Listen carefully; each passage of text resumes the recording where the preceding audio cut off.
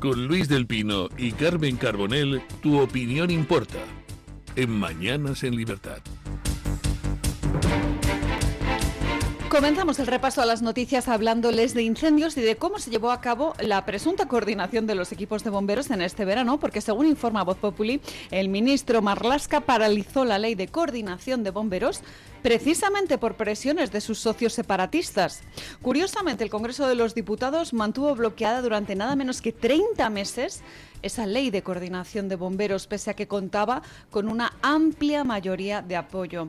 La norma, promovida en el año 2020 y con competencia del Ministerio del Interior, buscaba unificar criterios en la respuesta a emergencias concretas, pero fue frenada por el rechazo de Esquerra Republicana, de Junts y de otros grupos nacionalistas que la consideraban una invasión a sus competencias. Los sindicatos de bomberos llevan reclamando esta ley desde 2020 al considerar que evitaría negligencias en situaciones muy importantes de emergencia, como lo que ha ocurrido con los incendios este verano. Denuncian que la falta de coordinación genera retrasos burocráticos y respuestas ineficaces en catástrofe que superan los límites territoriales de cada comunidad autónoma y, por tanto, de cada servicio de bomberos.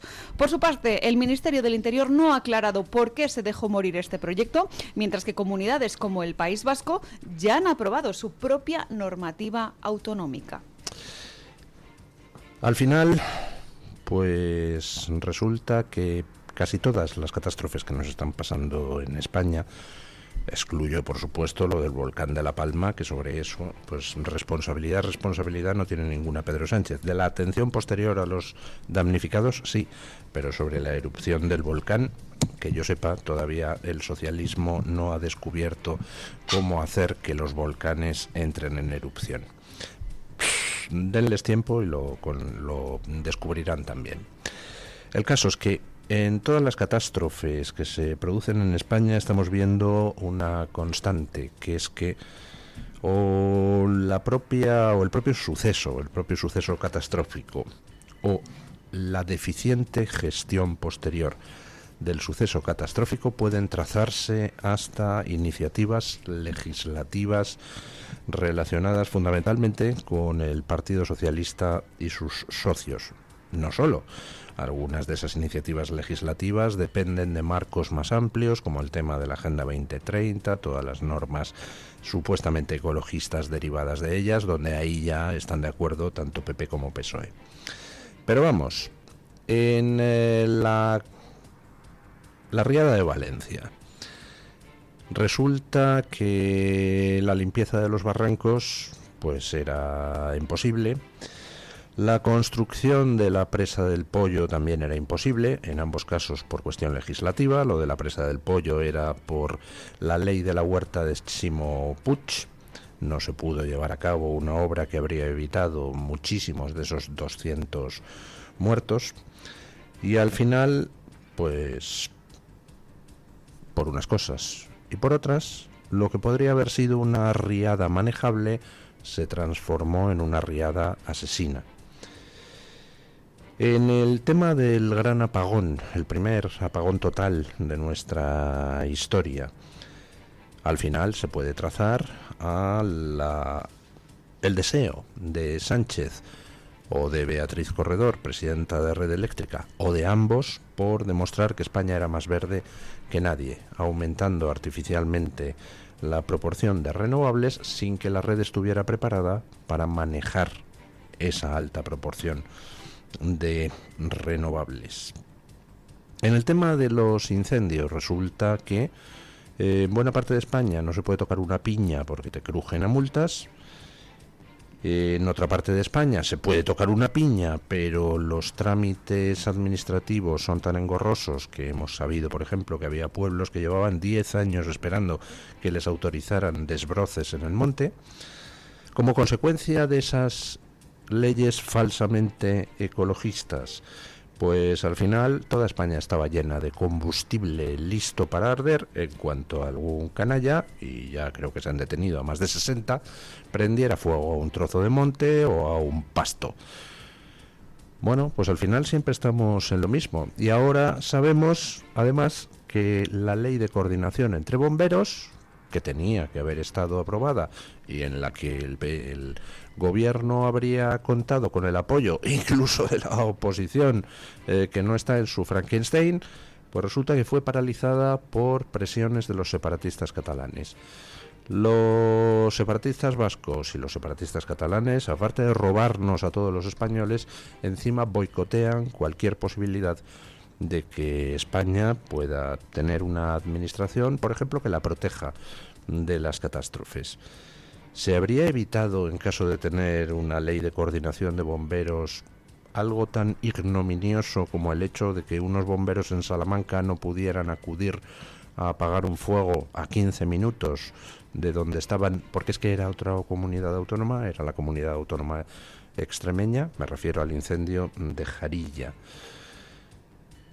El socialismo mata, el ecologismo mata.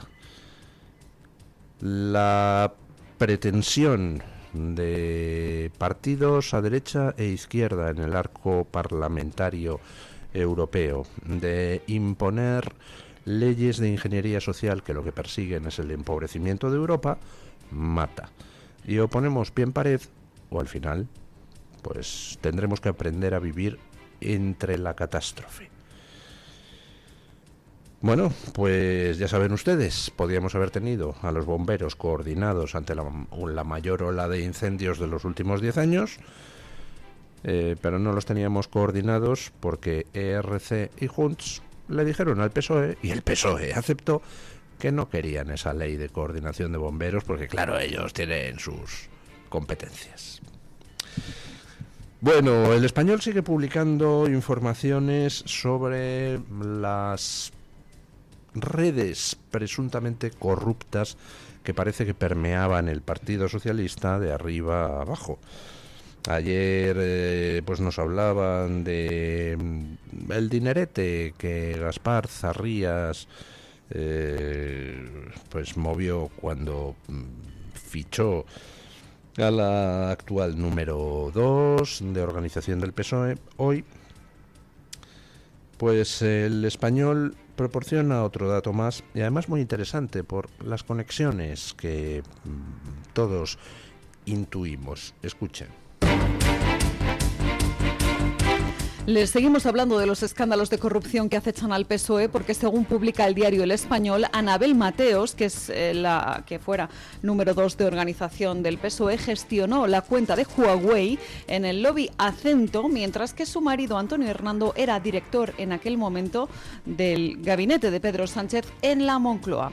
Según ex empleados de Huawei, Mateos hacía lobby en favor de la compañía china ante el gobierno y otras instituciones. Sin embargo, en su currículo oficial en la web del PSOE omiten tanto este trabajo como su paso por la consultora de Gaspar Zarrías, que también está vinculada a la trama de corrupción.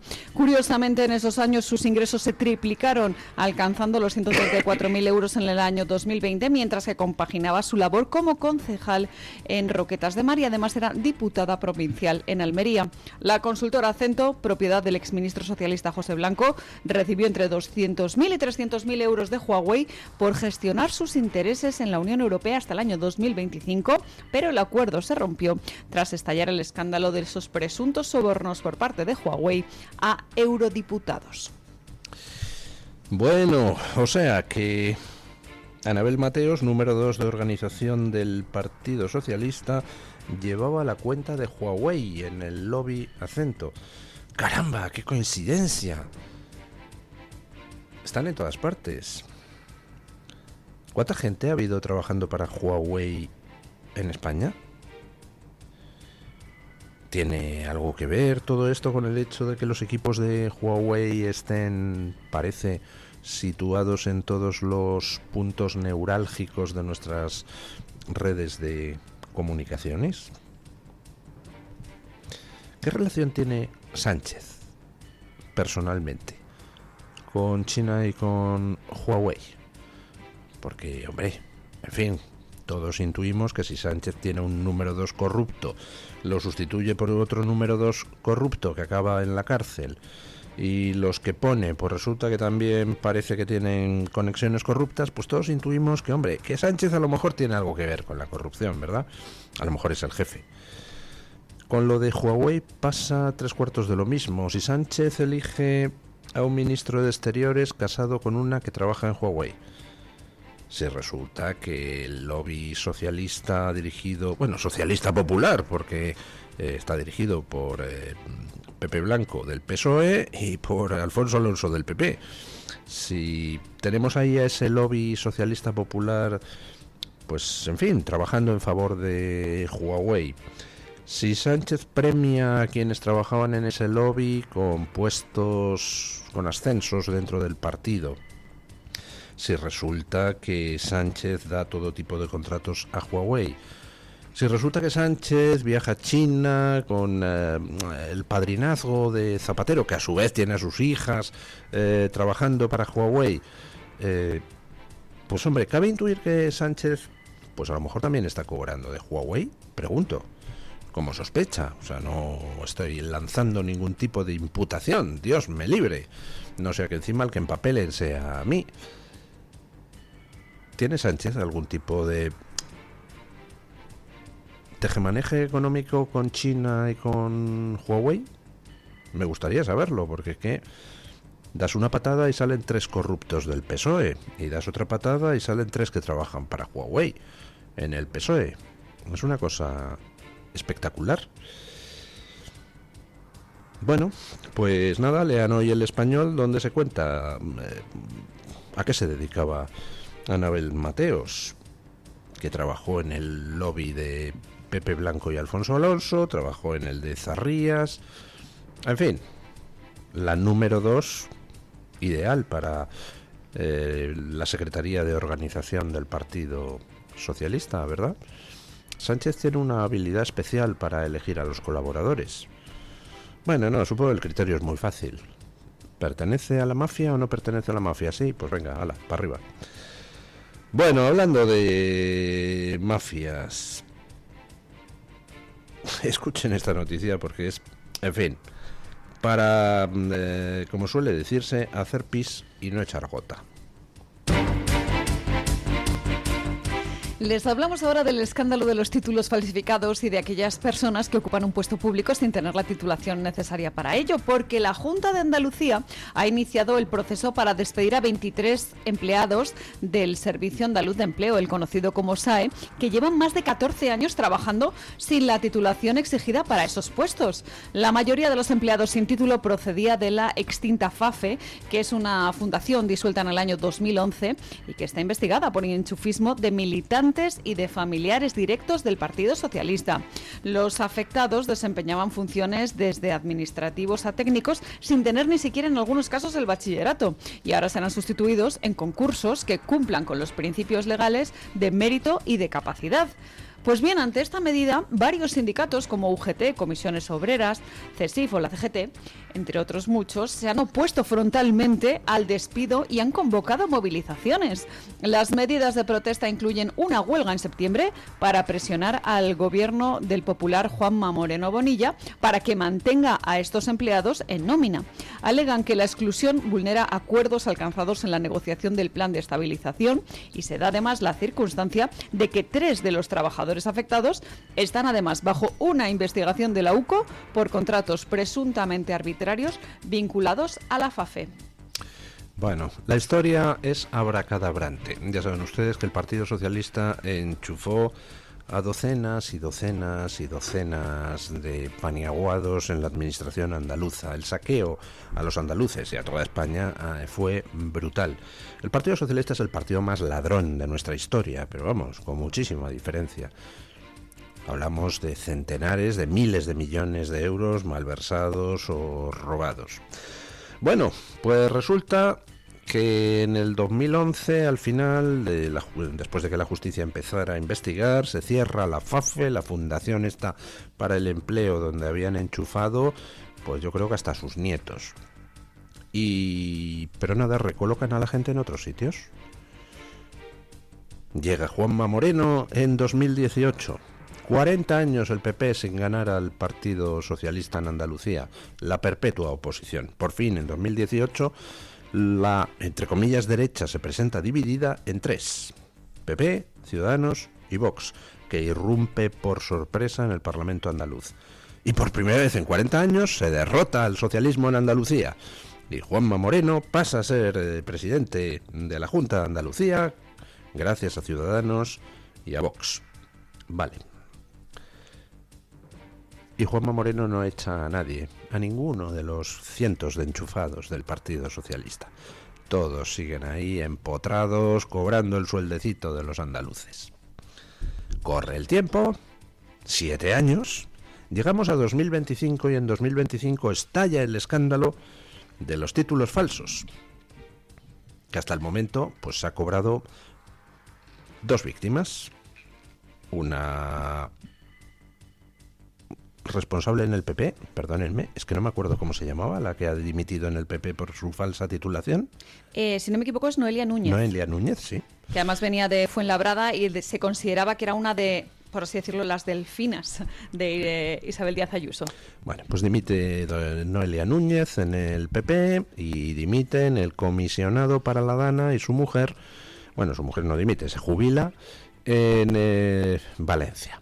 Esas son las víctimas hasta el momento de la epidemia de titulaciones falsas, que era infinitamente mayor que esas 2 víctimas, esas 3. Bueno, pues a raíz de ese escándalo de las titulaciones falsas, entonces, 7 años después de llegar al poder, el gobierno de Juanma Moreno coge y dice que va a cancelar el contrato a 23 de los enchufados del PSOE. Dios mío, una gota de agua, pero algo es algo, una gota de agua tardía. Solo 7 añitos para tomar la decisión de que tíos que han sido enchufados y encima no tienen la titulación para el puesto que ocupan por el enchufe, sean despedidos de la Junta de Andalucía y le deje de pagar todos los andaluces y todos los españoles el sueldo a esta panda de golfos. 7 años ha tardado don Juanma Moreno. Bueno, pues ahora los sindicatos le montan una huelga para que no eche a los que llevan trabajando 14 años sin titulación en la Junta. Y dirán ustedes, bueno, normal, el Partido Socialista protegiendo a los suyos. Hombre, el Partido Socialista a través de UGT y comisiones, claro, pero CESIF, ¿qué pinta en esa huelga? Vaya, también se nos ha echado a perder CESIF. No falla. En cuanto una organización empieza a recibir subvenciones públicas, deja de responder a sus afiliados. Empieza a responder al poder político quien le paga. Y dirán ustedes, bueno, normal que los sindicatos del Partido Socialista, de la izquierda y los que se han echado a perder apoyen esto de no echar a tanto paniaguado, no sea que les toque a ellos, ¿verdad? No, pero lo gracioso no es eso. Lo gracioso es, ¿quién financia UGT y comisiones y CESIF en Andalucía? Moreno Bonilla. O sea, Moreno Bonilla saca a sus sindicatos, a los que paga, a protestar contra la decisión de echar a los 23 que están trabajando desde hace 14 años, primero enchufados por el purísimo morro y segundo sin la titulación necesaria. ¿Qué apostamos a que Moreno Bonilla echa marcha atrás en la cancelación de esos contratos, aduciendo que claro que hay una protesta sindical muy fuerte? Ya hemos vivido esa jugada. Cuando en Baleares intentó un gobierno del PP pues poner un poco de racionalidad en el tema lingüístico y suavizar un poco la asfixiante opresión catalanista en el tema educativo, ¿qué pasó? Que montaron una huelga los sindicatos de extrema izquierda. ¿Y qué sucedió a continuación? Que la huelga fue un fracaso. ¿Y qué pasó? Que desde la calle Génova obligaron al PP de Baleares a cancelar esa reforma lingüística en el sector educativo. Que ya nos hemos visto esta jugada. ¿Cuánto va a tardar el señor Moreno Bonilla en dar marcha atrás con el despido de los golfos metidos a capón y sin titulación? En fin, en Venezuela, pues el gobierno de Maduro continúa manifestando esta esquizofrenia que le aqueja en las últimas jornadas. Desde que ha empezado Donald Trump con su campaña de presión militar psicológica, pues no saben por dónde les da el aire. Ya lo he comentado en estos micrófonos. El lunes por la mañana sale Maduro diciendo que colgarán a Trump de las pelotas. El martes por la tarde sale Diosdado Cabello diciendo que resistirán hasta el último hombre en las selvas. El miércoles por la mañana sale Diosdado Cabello diciendo que hay que hacer un llamado a la paz. El jueves a mediodía sale Maduro ofreciéndose para luchar contra el narcotráfico codo con Donald Trump. Bueno, Donald Trump pues va a lo suyo. La flota que ha mandado a las costas venezolanas ha establecido un bloqueo en toda regla en lo que respecta a la salida de narcobarcos, y hundieron anteayer uno con 11 tripulantes, una narcolancha. Y ante el hundimiento de la narcolancha, pues la misma esquizofrenia declarativa del gobierno de Maduro. Por un lado cogen y dicen, no, es mentira, es un vídeo generado por inteligencia artificial. Por otro lado dicen, pues si nos presionan, presionaremos. Y ahora se despacha Diosdado Cabello con amenazas contra María Corina Machado. Escuchen. Terminamos el repaso a este bloque de noticias en Venezuela porque la dictadura de Nicolás Maduro sigue cercando a la oposición. Concretamente, Diosdado Cabello, considerado extraoficialmente el número 2 de Maduro, lanzó un mensaje amenazador contra María Corina Machado, diciendo que tenía algo así como una desubicación. Ella tiene una desubicación, ¿no? Porque ella a esta altura debería tener claro que si a nosotros nos aprietan, nosotros la apretamos. Al buen entendedor, pocas palabras. Pero como ella es bruta además, no vayas a creer que aquí nos van a agredir a nosotros y ustedes van a salir sanitos. No, eso no existe. La creciente tensión en Venezuela viene provocada en esta ocasión por las medidas de Donald Trump contra el narcotráfico. El presidente estadounidense ha asegurado que Venezuela es responsable directo de haber creado en Estados Unidos un tremendo problema con relación al tráfico de drogas y también a la inmigración irregular. Además, ha añadido que van a ser implacables en la lucha contra el narcoterrorismo, venga de donde venga, y poniendo como ejemplo cómo abatieron una lancha que intentaba pasar droga a territorio norteamericano. Bueno, pues Trump no puede ser más claro en sus intenciones, en parte de sus intenciones, la de impedir todo tráfico de droga desde Venezuela. Trump ha explicado, el gobierno Trump, que la narcolancha fue detectada, se interceptaron las comunicaciones que permitieron verificar que era un barco que transportaba droga y, en cumplimiento del mandato legal que tiene, ordenó que la narcolancha fuera hundida y se acabó el cargamento de droga. Ante eso, pues el gobierno de Maduro está reaccionando pues de una manera que, vamos, en términos judiciales equivale a una confesión. En lugar de decir, que han hundido una narcolancha, pues estupendo. Nosotros estamos contra el narcotráfico, hombre. Nosotros no tenemos nada que ver. En lugar de eso, han reaccionado pues como alguien a quien le acaban de asestar un golpe, porque es una intervención militar que obviamente lanza un mensaje a todas las redes de distribución de droga de Maduro de que si intentas sobrepasar el bloqueo con un cargamento de droga, pues va a ser lo último que hagas en tu vida. Así que no creo que vaya a encontrar Maduro muchos voluntarios para transportar la droga en lo sucesivo. Ante eso, pues Maduro reacciona sintiéndose atacado y Diosdado Cabello reacciona amenazando a María Corina Machado. O sea, como Estados Unidos continúe, vamos a tomar represalias contra María Corina Machado. El que amenaza, suplica. Y Diosdado Cabello es un señor sobre el que en estos momentos hay una recompensa ofrecida de 25 millones de dólares por su cabeza, igual que hay 50 millones de dólares por la cabeza de Maduro, la mayor recompensa ofrecida por Estados Unidos en toda la historia, más incluso que la que se ofreció por Bin Laden en su día. Bueno, Pues vamos a ver si tiene narices Diosdado Cabello de tocarle un pelo a María Corina Machado. Intuyo que sería de las últimas cosas que haría en su vida. Bueno, vamos con la noticia de interés general del Banco de Santander.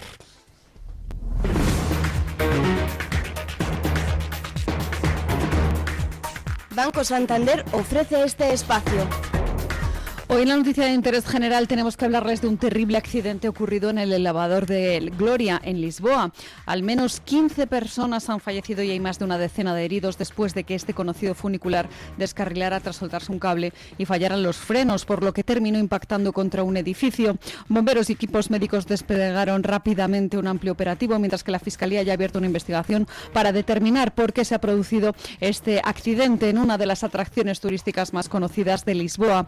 El presidente Marcelo Rebelo de Sousa ha decretado un día de luto nacional y 3 días de luto municipal en Lisboa en homenaje a las víctimas de la tragedia que ha conmocionado a Portugal. Banco Santander ha ofrecido este espacio. Mensaje de Marga para sus jefes. Oye, chicos, que muchísimas gracias por todos estos años juntos.